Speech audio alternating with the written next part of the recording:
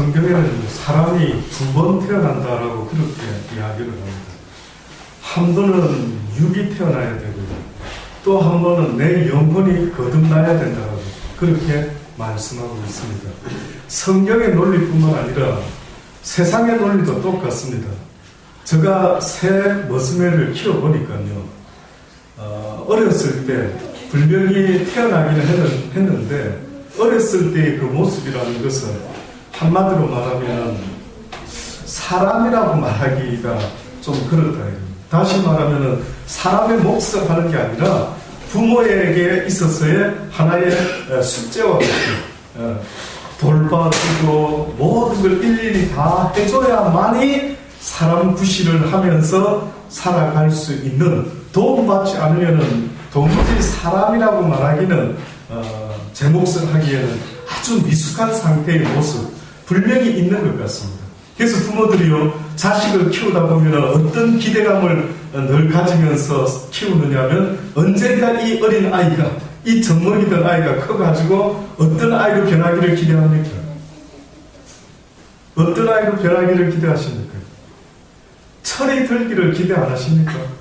예, 언젠가 철이 들어서 이 아이가 이제는 자기 몫을 할 줄 알고 엄마 아빠를 고마워할 줄 알고 그 은혜, 어버이의 은혜를 생각할 줄 알고 뿐만 아니라 자기 앞가림도 스스로 할 수 있는 그러한 어떠한 때가 오기를 기다리면서 내 자녀들이 이제는 제대로 사람 구실할 수 있는 그런 장성한 아이로 자라가기를 늘 기대하면서 돌보지 않습니까?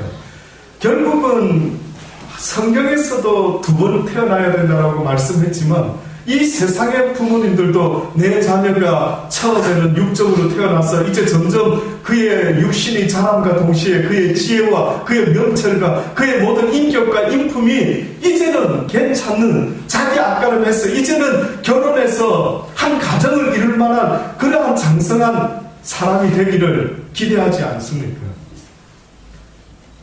성경도 우리에게 말씀하고 있는 것들이에요. 성경은 우리에게 뭐라고 좀 더 구체적으로 말씀하느냐면, 너희가 육신이 태어났는데 안타깝게도 너희의 육신의 상태가 죄 안에서 태어나게 되었다. 다시 말하면 죄의 바이러스를 먹고 이 땅에서 너희의 삶이 시작되었다라고 이야기를 합니다. 그래서 하나님은 어떻게 보면은 영혼만 거듭나야 되는 것이 아니라 너희의 육적인 삶과 너희의 영적인 모든 것들이 다 변화가 일어나지 않으면 너희는 결단코 사람이라고 말할 수가 없다라고 합니다.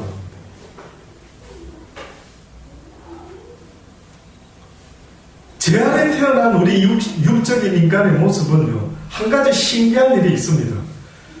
착하게, 선하게, 바르게, 아름답게 자라라라고 수시로 이야기를 하지만 내 육적인 나도 모르는 어떤 본능이 있는데 그 육적인 본능은요, 신이 나를 어디로 끌고 가는가 보면은요, 죄악의 길로 달려가기에 조금도 주저하지 않는 그런 상태가 무슨 프로그램이 입력되어 있는 것처럼 오토매티컬리 막 자기 스스로 움직이고 작동하는데, 선한 일을 하려고 하는 그 본능보다 그 반대로 쾌락을 추구하고 자기의 유익을 추구하고 나만 잘 먹고 잘 살면 될 것 같은 이런 이상한 프로그램이 입력된 것처럼요. 그래서 우리가 아이들 키워보면 나쁜 짓 하지 마라, 나쁜 짓 하지 마라 수천 번 수백 번을 하는데 누가 가르쳐주지도 않은 나쁜 짓은 가만히 내버려둬도 어디서 배운 건지 아니면 어디서 느낀 건지 하지 말라는 짓은 골라서 하는 그런 일들을 볼 때마다 여러분은 성악설이 맞는 것 같습니까? 인간은 성선설이 맞는 것 같습니다. 저는 성경의 기준에 쓸 때요, 어떻게 보면은 아담과 하와에게 있어서는 성선설이 맞는 것 같은데 아담 이후로부터 태어나는 우리에게 있어서는 성악설이 맞는 것 같아요. 인간은 태어나는 순간부터 악한 본능을 가지고 태어난다. 그래서 어떤 사람은 우스개인지 진짜인지 모르겠지만 그 증거로 뭐라고 말합니까? 아이가 엄마 뱃속에서 태어날 때 보면 대부분 아이들이 한 가지 공통되는 게 있답니다. 혹시 뭔지 아십니까? 태어나는 모습에 모든 아이들이 신기할 정도로 똑같은 게 있답니다. 안 우는 애들은 또 때려서 울리지 않습니까? 여러분 다 울었습니까? 혹시 모르시겠습니까? 다 똑같은 점이 있답니다. 아마 자세히 못 봤기 때문에 모르실 수 있을 겁니다. 저도 자세히 그거를 일일이 비교 체험을 해본 적이 없는데 아마 그것을 옆에서 이렇게 아기를 받는 그런 분이 그거를 썼는지 모르겠는데 아이들이 태어날 때 신기한 거는요, 모두가 주먹을 불끈 쥐고 태어납니다. 몰랐죠? 모르셨죠? 혹시 그런 말 들어봤습니까? 애가 태어날 때 어우 하고 손바닥을 쫙 펴고 야, 이 신선한 공기 이러면서 혹시나 이 땅에 태어난 아이가 있다라는 소리 들어보셨습니까? 신기하게 돼요. 저도 우리 모습에 세 보니까 모두가 똑같이 어때요? 주먹을 꽉 쥐고 있습니다. 그래서 태어나면은 간호원들이 지문을 찍지 않습니까? 혹시 아십니까? 여기도 그렇게 합니까? 지문을 찍을 때 막 손을 쥐고 있어가지고 손과 발을 지문을 찍는데 펴가지고 이렇게 하지. 자, 이렇게 펴놓고 그냥 아주 쉽게 딱 찍을 수 있도록 그런 아이가 거의 없답니다. 거의 불가능. 그래서 그걸 뭐라고 이야기하냐면 이 인간이라는 존재가 태어나는 그 순간부터 성악설을 뒷받침하는 것 중에 어떻게 보면 주먹을 꽉 쥐고 있다라고 하는 그것은요, 어떤 면에서는 이 세상에 태어나는 그 순간부터 본능적으로 뭔가 움켜쥐려고 하는, 뭔가 자기 삶에 있어서 자기의 어떠한 것들을 쥐려고 하는 이런 본능이지 않는가, 그렇게 해석을 하는 분들도 있더라고요. 일리가 있는 것 같습니다. 그래서 막 쥐려고 하는 겁니다. 태어나는 순간부터 나를 위해서 모든 것 쥐려고 하는 그 모습이 어떻게 보면 가장 인간의 모습이 성악설이라고 말하는 이유가 아닐까라는 생각이 들더라고요. 그래서 그런지 어느 순간에 바이러스를 먹은 인간의 모습은요, 첫 번째로 가장 큰 문제가 뭔지 아십니까? 자기를 창조한 하나님을 알지 못하는 것입니다. 알지 못할 뿐만 아니라 알려고도 안 하는 이것을 성경에서는 아담과 하와에게 있어서는 어떻게 보면 선악을 따먹지 말아라, 선악과를 따먹으면 네가 죄 없다 하지 않겠다, 정령 죽으리라 라고 했다면은 죄 가운데 태어난 우리에게 하나님이 또다시 다른 말로 하셨단다면 이런 말씀 같아요. 이제 너희가 죄 안에 태어났으니 죄의 고통이 얼마나 심각한지 알겠지? 이제는 죄에서 구원될 수 있기를 간절히 원함으로 너를 지은 전능자, 너를 구원할 수 있는 구원자 만군의 여호와 하나님을 찾으라는 것입니다. 하나님을 찾고 구하고 두들기고 애를 쓰는 자가 나를 만나고 얻게 될 것이라. 그래서 성경은요, 인간의 아담 이후로부터 태어난 인간에게 있어서 이제 죄라고 말하는 그 기준이 달라지고 말았어요. 첫 번째는 선악을 알게 하는 나무를 따먹지 말아야만이 죄를 짓지 않는 것인데, 두 번째 우리네 인생에게 말씀하시는 것은 이제 너희가 죄 안에 살아봤으니 이제는 너희에게 무엇이 필요한지를 알겠느냐? 구원자를 찾으라. 그렇게 말씀합니다. 너의 구원자를 찾으라. 너를 지은 자를 기억하라. 청년의 때를 헛되게 보내지 말고, 시간을 헛되게 보내지 말고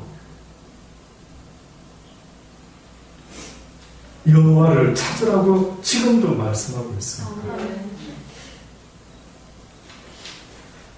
구원받아야 될 존재라는 거 젊었을 때는 잘 못 느끼는 것 같습니다. 막 그냥 재미나는 것 하고 싶은 거, 막 이제 대학생이 된 우리 경림이도 아마 너무 재밌을 겁니다. 중국말도 재밌다 그러고 어쨌든 모든 것이 우리 생각 저 생각에는 안 재밌을 것 같은데도 재밌다 그러고 이제는 뭔가 새로운 인생을 사는 듯한 그 기분 얼마든지 이해가 됩니다. 그런데 사실은요, 그 기분보다 인생이라는 거 살아보다 보면은요, 모든 것 하나가 내 뜻대로 되는 게 없다라는 걸 깨달을 수 있기를 바랍니다.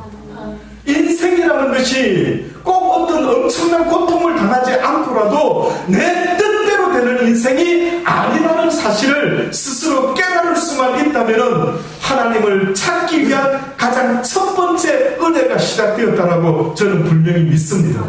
먼저는 내 인생에 있어서 목말라야 되는데 목이 안 마르다라는 것입니다. 하나님은 구원자가 필요하다라고 너의 인생에 있어서 지금 너의 모습은 너무나 불쌍한 모습이란다라고 계속 알려주는데 나는 안 불쌍하답니다. 이것이 가장 전도자의 입장에서 얼마나 답답한지 모릅니다. 저 입장에서는요, 제가 예수 그리스도가 여러분의 구원자시오, 여러분의 삶의 외로움과 쓸쓸함과 답답함과 그 어떤 연약함 속에서 나를 구원할 유일한 분이 예수 그리스도라고 알려주고 싶은데 사람들이 하는 말이 나 필요 없어요 목사님, 나 외롭지 않아요, 나 괜찮아요 하는 말 때문에 얼마나 안타까운지 모릅니다.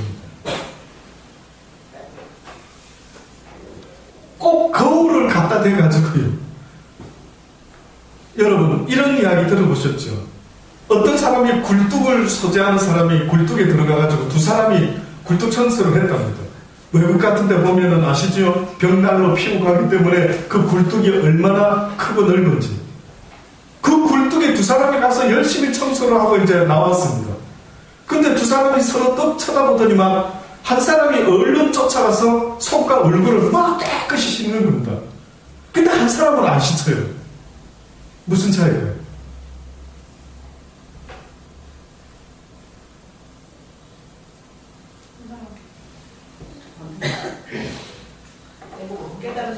누가 가서 손과 얼굴을 씻을까요? 깨달은 사람.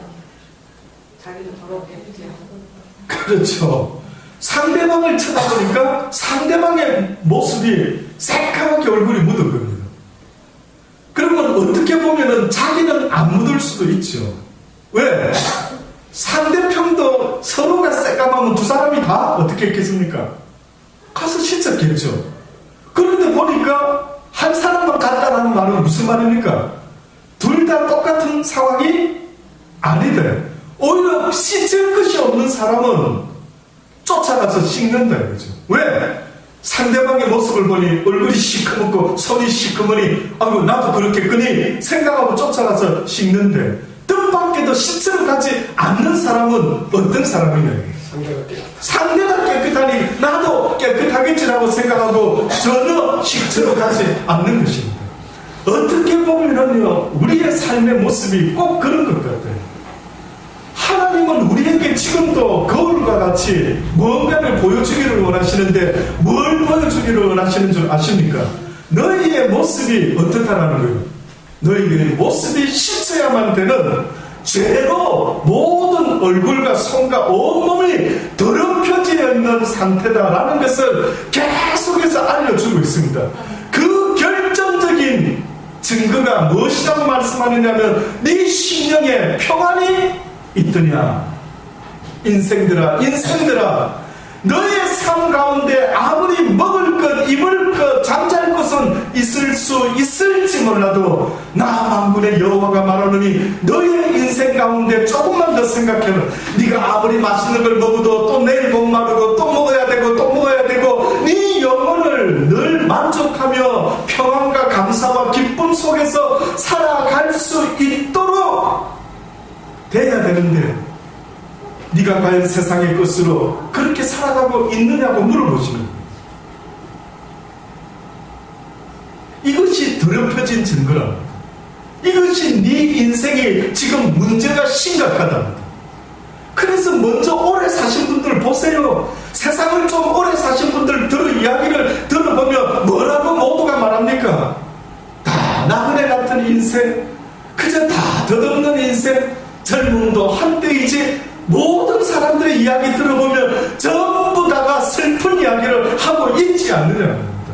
누구 하나가 기쁨과 즐거움 속에 이제는 내가 육신의 삶을 마치고 영원한 세상으로 점점점 다가옵니다. 시간이, 나는 이제 그 나라에 가서 영원히 나의 창조주와 함께 내가 살아갈 것을 기대하니 너무나 내 마음이 설레이고 기쁩니다라고 과연 말하는 사람은 여러분 생각할 때 몇 사람이나 있을 것 같습니다. 조금만 더 살아보십시오. 오늘 이 이야기가 가슴에 와닿는 날이 분명히 올 것입니다. 와, 인생이 왜 이렇지? 대학만 가면 행복할 줄 알았는데, 대학만 졸업하면 행복할 줄 알았는데, 직장만 취직되면 행복할 줄 알았는데, 돈만 많이 벌면 행복할 줄 알아. 결혼하면 행복할 줄 알았는데, 나 닮은 자녀가 자식이 태어나면 행복할 줄 알았는데, 살아보십시오. 이 땅의 세상 임금은 악한 사단이라고 성경이 알려주면서요, 너희가 그의 통치를 받는 날 동안에는 너희의 삶 가운데 날마다 목마름과 두려움과 슬픔과 시기와 질투와 번뇌와 멈출 수 없는 육적인 욕망 가운데 네 인생이 날마다 불빛을 향해서 뛰어들고 죽을 줄도 모르는 불나방같이 네 인생이 뭔가를 찾아 헤매는 하이에나처럼 참으로 슬프도다. 참으로 슬프도다. 어제도 어떻게 사셨습니까? 뭘 찾으려고 어제도 혹시나 하이에나 같이 뭔가 먹을 거리가 없을까? 뭔가 나를 기쁘게 할 거리가 없을까? 술일까? 담배일까? 돈일까? 남자일까? 여자일까? 혹시 어제도 하이에나 같이 부지런히 뭐 좀 건져 먹으셨습니까?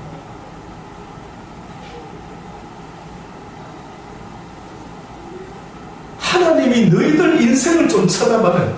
짐승만도 못한 인생, 버러지만도 못한 인생, 벌레만도 못하고 지렁이만도 못하다고 성경을 통해서 진리를 깨달은 자의 고백들이 뭔지 아십니까? 내 인생은 지렁이만도 못하고 나는 먼지만도 못하다. 내가 가장 가치 있을 수 있다는 것은 만군의 여호와 하나님, 나를 지은 그분을 기억할 때 나의 존재의 가치는 어마어마하게 달라진다. 여러분의 존재 가치를 만약에 누군가가 살려고 하는데, 누군가가 여러분 중에 어떤 괜찮은 인간 하나를 살려고 하는데 누구의 가치가 가장 귀한 가치인가라고 할 때 그 사람의 마음속에, 그 사람의 심령 속에 자기를 지은 하나님을 알고 살아가는 존재가 있다면 그 인간의 가치는 그것을 모르고 살아가는 지렁이만도 못하고 짐승만도 못한 인간의 가치와의 차이가 있다는 거예요. 저는 여러분의 인생이 가치 있기를 원합니다. 여러분의 삶이 전능자 하나님을 알고 그를 찾으며 그 안에서 살아갈 수 있는 그런 아름다운 가치를 가진 복된 인생이 되기를 원합니다. 오늘도 죽은 짐승이나 찾아다니면서 허기진 배를 채워볼기라고 그래서 행복할 줄 알고 돌아다니는 짐승 하이에나와 같은 인생이 아니라,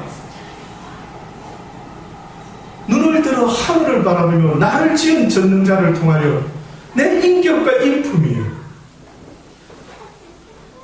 온 세상을 다스리고 정복할 수 있는 아담과 하와의 그 모습처럼 그런 복된 모습이 되기를 간절히 바라는 것입니다.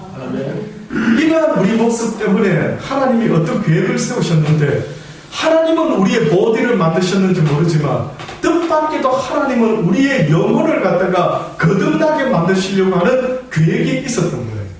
아담과 같이 똑같이 짓지 않는 죄가 우리는 짓지 않았지만 그 죄 가운데 우리는 똑같은 죄인 취급받으면서 살아왔을 때에 하나님이 뜻밖에도 우리에게 어떤 계획이 있었는데, 그 계획이 뭔가 봤더니만 비록 너희가 죄 안에 태어나서 살아가고 있지만은 그러나 언젠가 때가 되면 예수 그리스도라고 하는 하나님의 아들을 통하여 너희의 영혼이 거듭나야 되는 때가 온단다. 그래서 너희가 이 땅에서 존재하는 인생이 아니라 영원한 하나님의 형상을 닮은 그의 모습으로 언젠가 아름답고 영화롭고 거룩한 자의 모습으로 그 전능자와 같이 영원토록 그의 나라에서 왕의 자녀의 모습으로 살아가게 되는 짐승과 같은 인생이 아니라 그렇게 고귀한 인생으로 살게 될 것을 성경은 이야기를 하고 있습니다.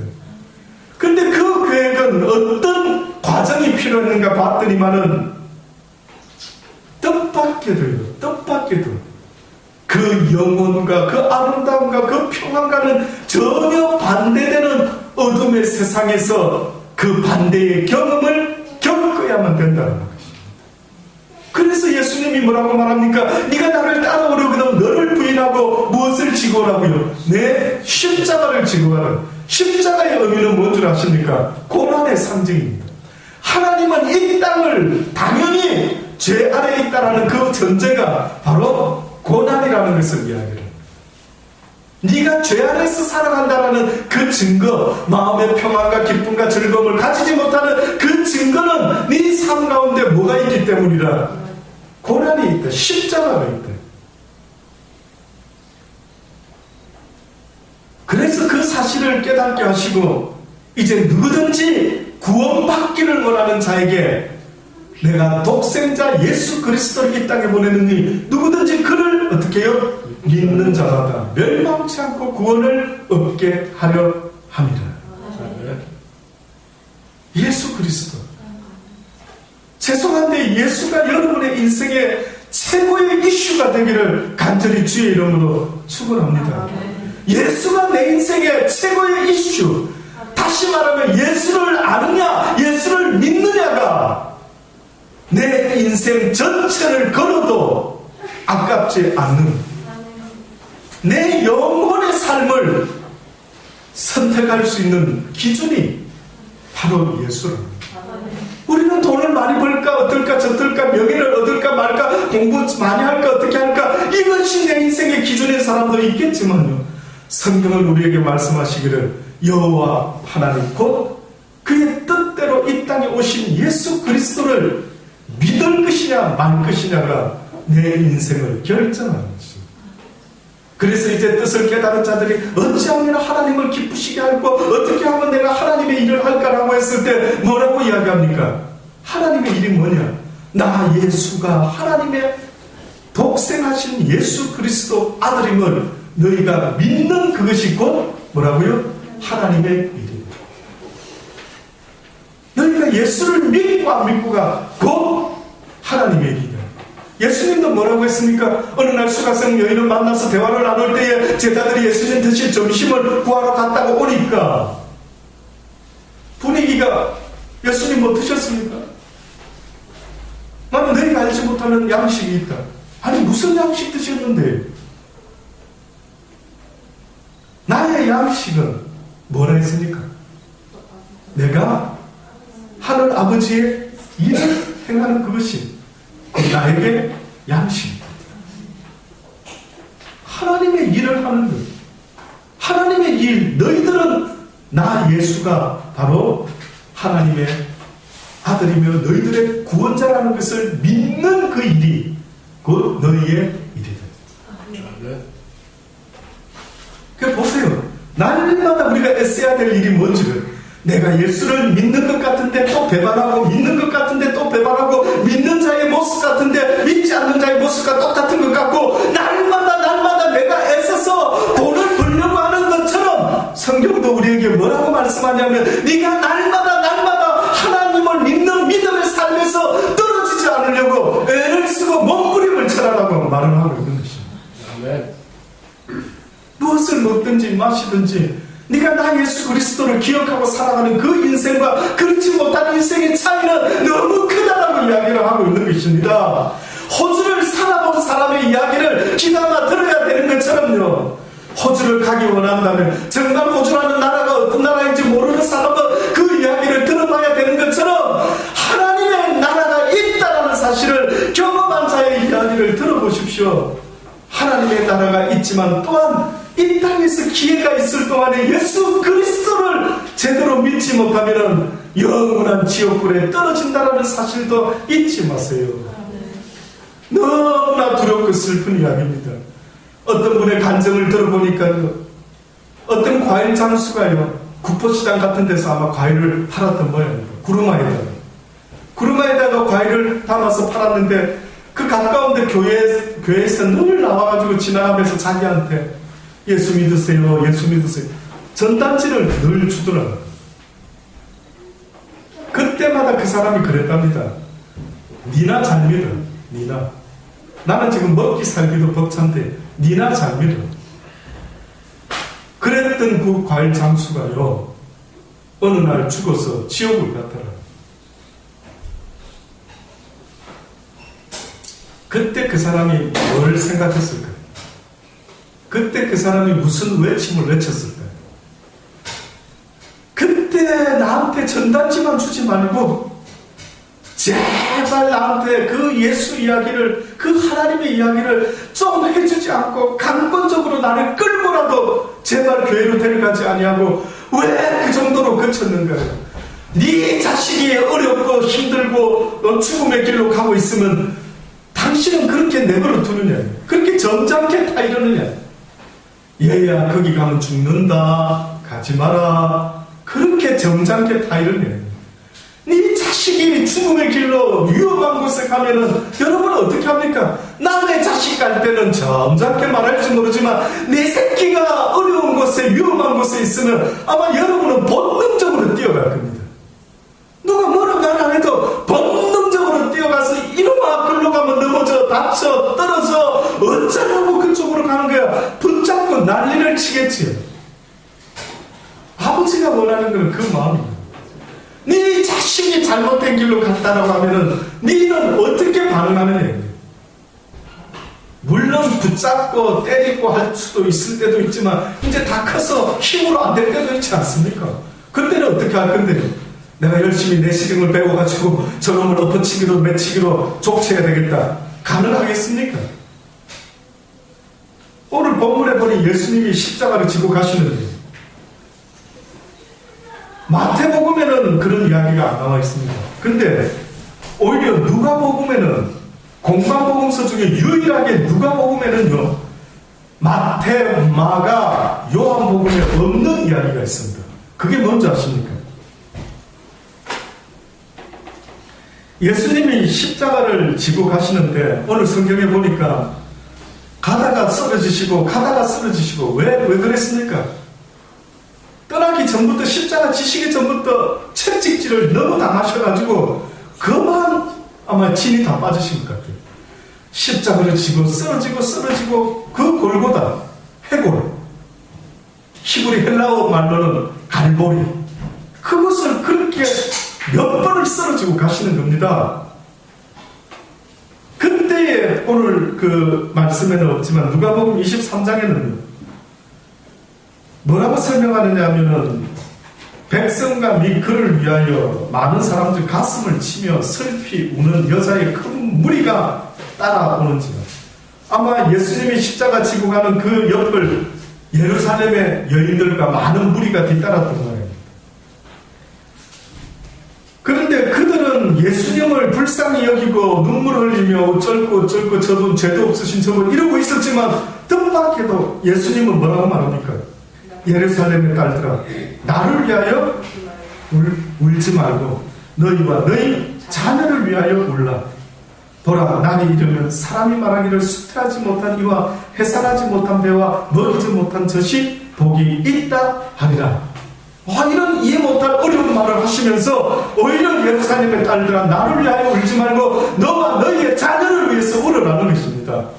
정말로 하나님은 지금도 우리에게 말씀하는 것, 이 뜻은 뭐냐면은 아직도 내가 이 땅에 왜 왔는지, 내가 왜 십자가를 지고 가는지 아직도 너희들이 알지 못하는구나. 내가 신의 아들인 내가 이 십자가를 지고 가는 것은 너희의 죄악 때문인데 너희는 아직도 그 죄를 회개할 생각을 하지 아니하고 나 예수가 너희에게 전해준 말씀을 기억하지 못하고 내가 이 십자가를 지는 것은 너희를 위함이라고 그렇게 말을 했건만은 너희가 그 뜻을 아직도 깨닫지 못하고 어찌하여 나를 위하여 우느냐. 나는 너희들을 위하여 이 십자가를 지는데 너희와 너희 자녀를 위하여 운 적이 있느냐.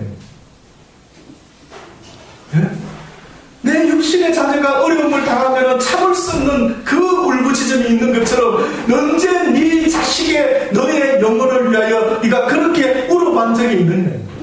내 영혼아 왜 네가 하나님을 갈망하지 못할까. 다른 사람들은, 어떤 사람들은 하나님을 저렇게 갈망하는데 내 영혼아 너는 왜 하나님을 구하지 않느냐. 너는 왜 하나님을 찾지 않느냐. 네가 언제 네 불쌍한 영혼의 모습, 네가 어찌하여 하나님을 찾지 못하고 이렇게 그냥 맹수 살아가고 있느냐.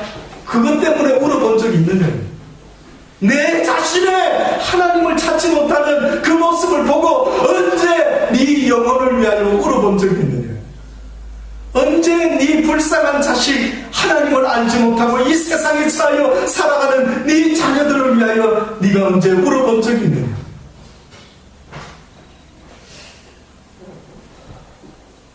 울으라는 것입니다. 여기서는 이렇게 울으라고 말씀을 하셨죠.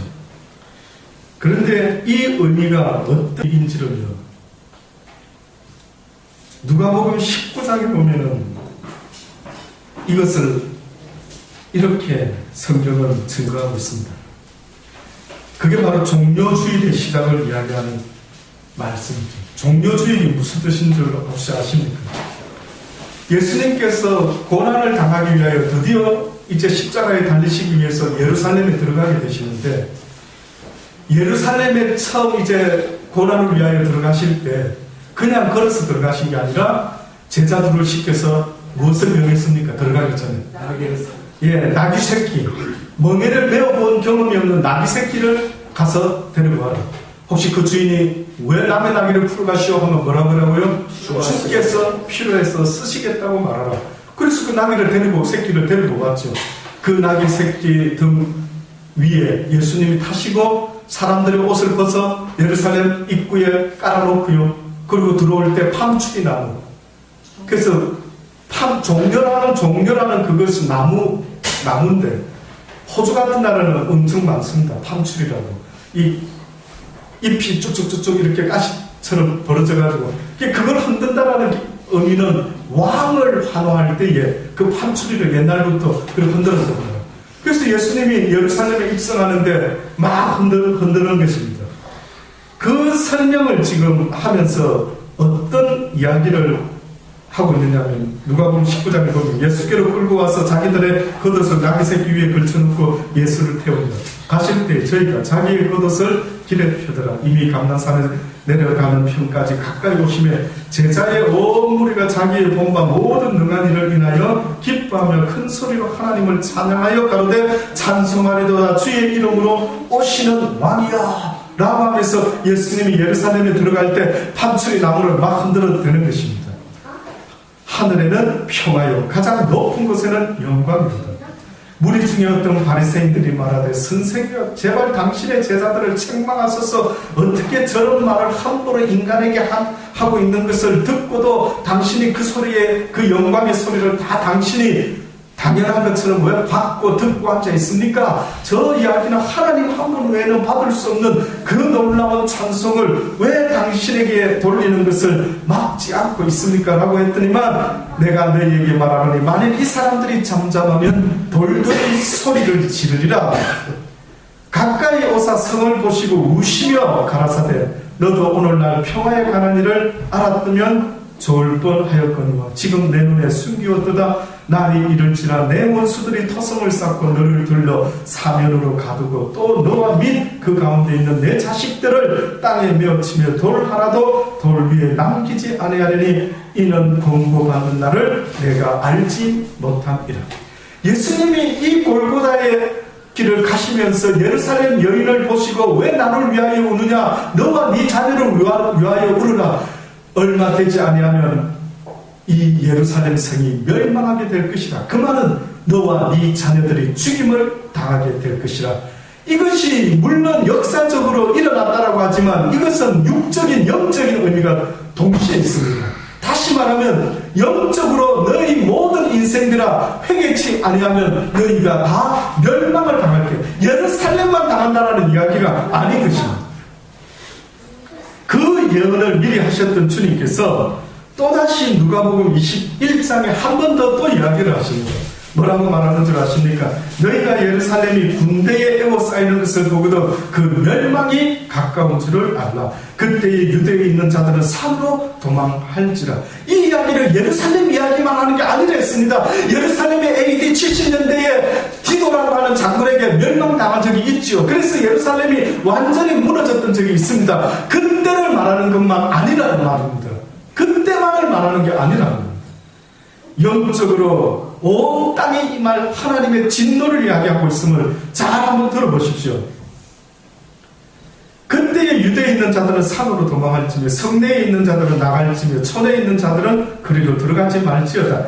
이 날은 기록된 모든 것을 이루는 형벌의 날이라. 하나님의 성경 말씀에 기록된 너희 인간들의 죄를 노아 시대에 깡그리 쓸어버렸던 것처럼 기록된 모든 너희의 죄값에 대한 형벌의 날이 정해져 있으니 곧 너희의 인생이 시작된 날이 있다면 너희의 인생의 끝날 날이 분명히 올 것이다 라는 것을 지금 성경이 말합니다.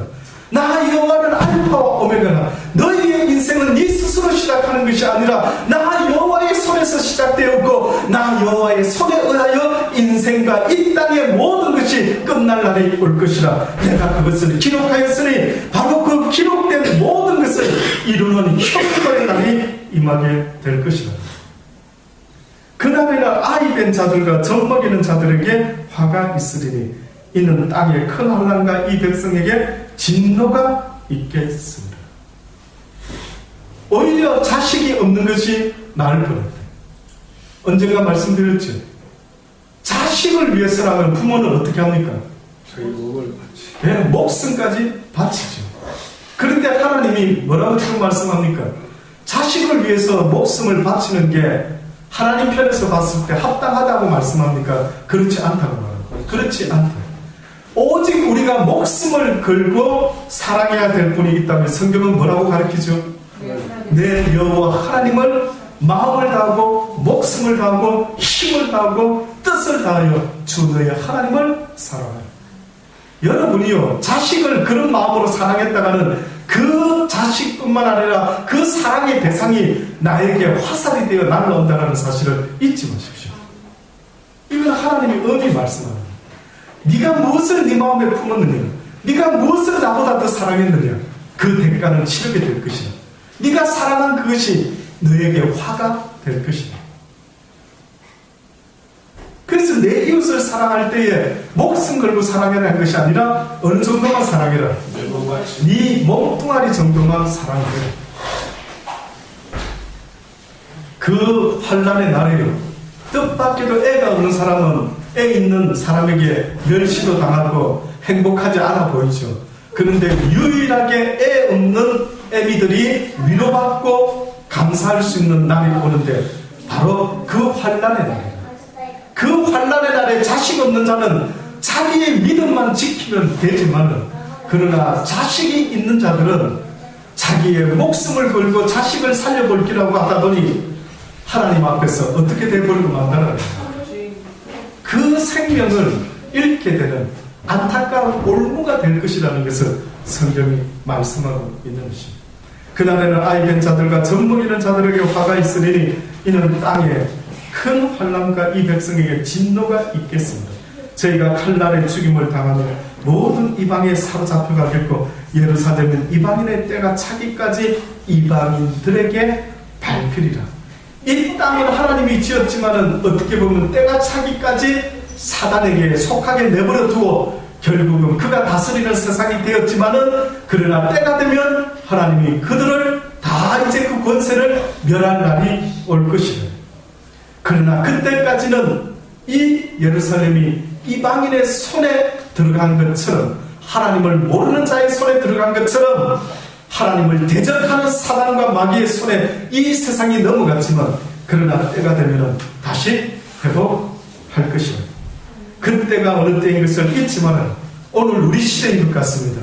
언젠가도 말씀드렸죠. 우리가 살아가는 이 시대가 그 기록된 모든 재앙을 이루는 때가 되어가는 것 같습니다. 기도하는 사람들마다 모두가 듣는 똑같은 하나님의 경고의 메시지가 뭔지 아십니까? 내가 속히 올 것이라. 너는 깨어서 이 세상에 일어나는 모든 징조들을 보아라. 내가 오래전 너희들에게 예언했던 그 예언의 말씀대로 이루어지는지 이루어지지 아니하는지 보아라. 마지막 때에 돈을 사랑하며, 마지막 때에 자긍하며, 마지막 때에 자신의 유익을 위해서라면 부모, 형제고 뭐고 모든 것을 버리는 악한 시대가 올 것이나 그뿐만이 아니라는 것입니다.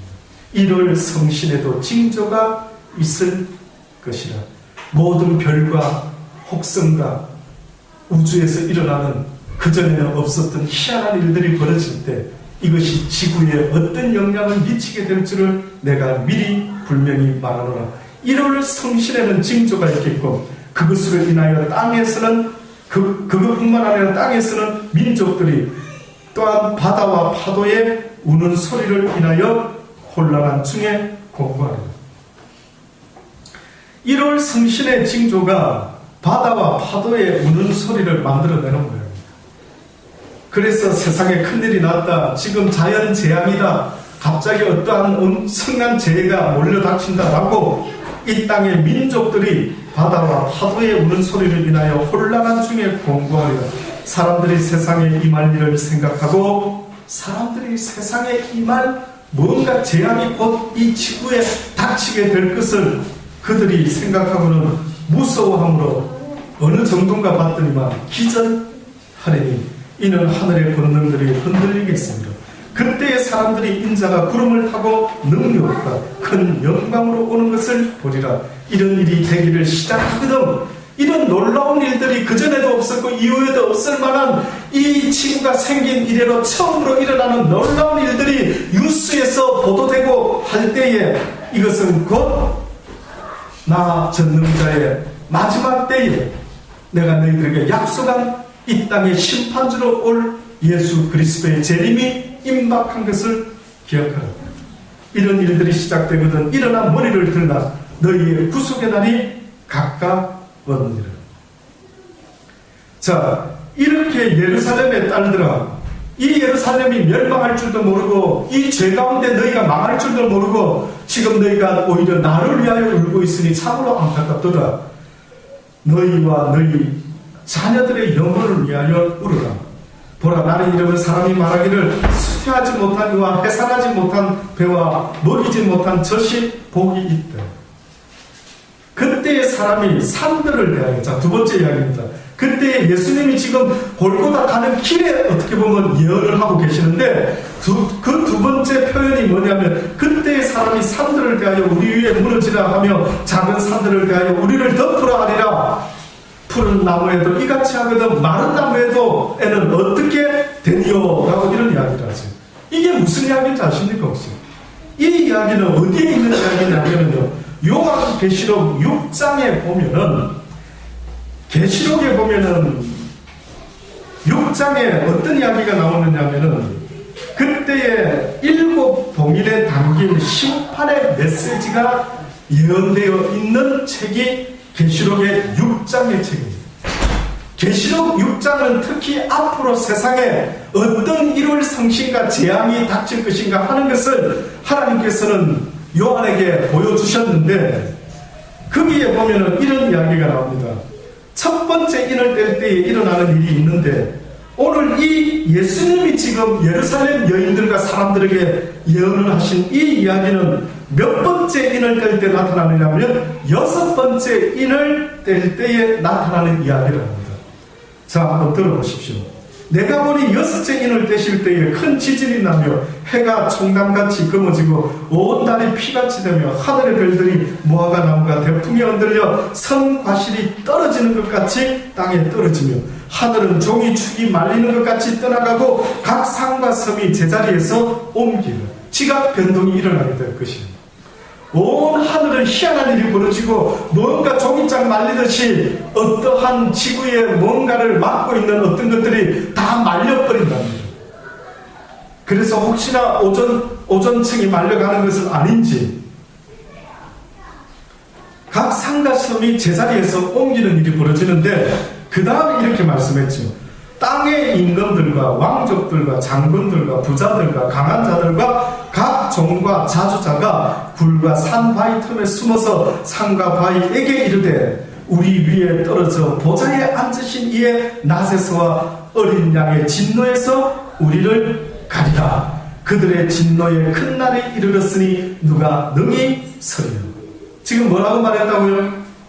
그때의 사람들이 산들을 대하여 우리 위에 무너지라. 작은 산들을 대하여 제발 산들아 우리를 덮어다오. 그 무슨 말입니까? 날 좀 죽여다오. 누구의 손에 심판받지 않도록 전능자의 손에 심판받는 게 더 두려우니까 오히려 사다 나를 덮어다오 이렇게 말하고 있는 거죠. 근데 그 이야기가 보니까 이 6째 인을 뗄 때에 세상에 있는 모든 부한자, 강한자, 장군, 왕자, 어떤 산과 바위에게 이르되 우리 위에 떨어져 보좌에 앉으신 이에 낫에서 어린 양의 진노에서 우리를 가리라. 그러면 결국은 이들은 자기들에게 닥치는 이 진노의 일들이 무엇으로 말미암는다는 걸 알았습니까? 몰랐습니까? 알았죠. 안 자가 있고 모르는 자가 있었습니다. 근데 여기 예수님이 뭐라고 표현했다고? 푸른 나무에도 이같이 하거든 마른 나무에는 어떻게 되리요? 하나님을 아는 자에게도 이런 일이 벌어질 텐데 하나님을 알지 못하는 마른 나무에게는 과연 이 진노가 어떻게 되겠느냐?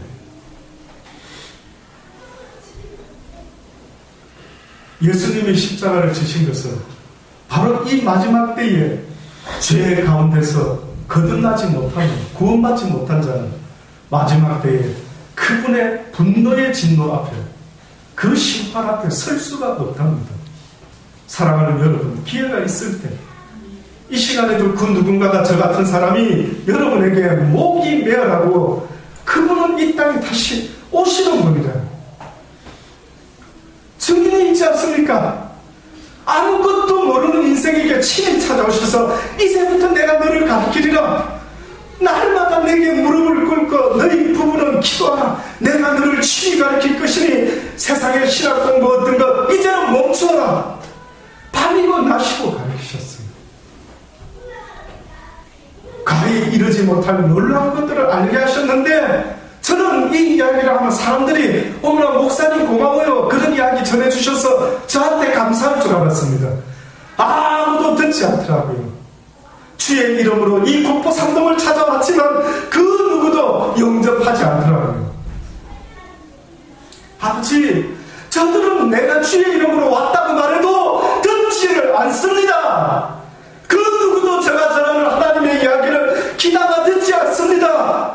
아들아, 힘을 내어라. 너를 영접하지 않는 것은 곧 나를 영접지 아니한 것이니 그 심판의 날에 내가 그들에게 내 진노의 잔을 부을 것이라. 경고하라. 그들에게 외치는 자의 소리가 되어 주어라. 그들이 듣든 듣지 않든 너는 외치는 자의 소리가 되어져라. 나 여호와가 이 땅에 다시 올 것을 그들에게 전해주라는 겁니다. 그래서 그들이 한 번이라도 듣게만 해라. 그래야만 너의 임무는 완성된 것이니 너는 최선을 다해서 전해줄 뿐이라. 나머지는 내가 할 것이다. 너는 외치는 자의 소리가 되어 주어라.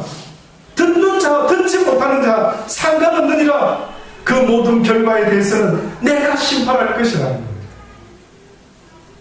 이렇게 심각한 거예요. 이 땅에서도 아플 때 힘들어서 난리를 치고 무시당할 때 기분 상하고 자존심 상하는데 내 인생 죽음으로 끝나지 않고 영원한 고통의 죽음이, 왜 목사님 그때 좀 강하게 말씀해 주시지, 목사님 그때 나한테 몽둥이로 때려주서라도 하나님을 믿어야만 될 것을 왜 알려주시지 않았습니까? 라고 그때 그렇게 하지 마십시오. 저는 여러분 앞에 최선을 다해서 전한 것 같습니다. 저는 목이 터져나고 여러분에게만큼은, 내가 만나지 못한 사람은 저는 알 바는 없습니다만은 제가 만난 여러분에게는 저는 저의 하나님에 대해서 누누이 이야기를 했습니다. 여러분이 구원받기를 바랍니다. 제발 다른 사람보다도 먼저 여러분 자신이 구원받기를 원합니다. 여러분과 여러분의 자녀를 위하여 우는 자들이 다 되시기를 주의 이름으로 권면합니다. 기도하시겠습니다. 참으로 좋으신 아버지 하나님, 때가 심각한데도 불구하고 우리는 시집가고 장가가고 먹고 마시고 집을 지으며 살아가고 있는 그 모습이 지금 우리의 어리석은 모습은 아닌지, 아버지여, 세상의 일은 한두 가지로 족하다고 말씀하신 걸 잊지 말게 하여 주옵소서. 세상의 물건을 다 쓰지 못하는 자 같이 하다가 오라고 주님 말씀하신 것을 잊지 말게 도와주옵소서. 세상 일에 목숨 걸지 말게 하여 주옵소서.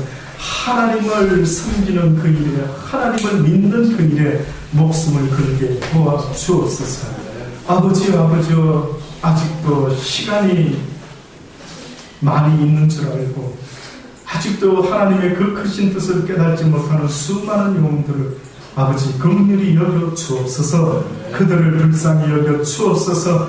그들이 하는 일을 그들이 아직도 알지 못하고 있사오니 저들의 죄를 저들에게 돌리지 마시고 아버지여 한 번 더 기회를 주시기 원합니다. 한 번 더 하나님을 볼 수 있는 은혜를 더하여 주옵소서.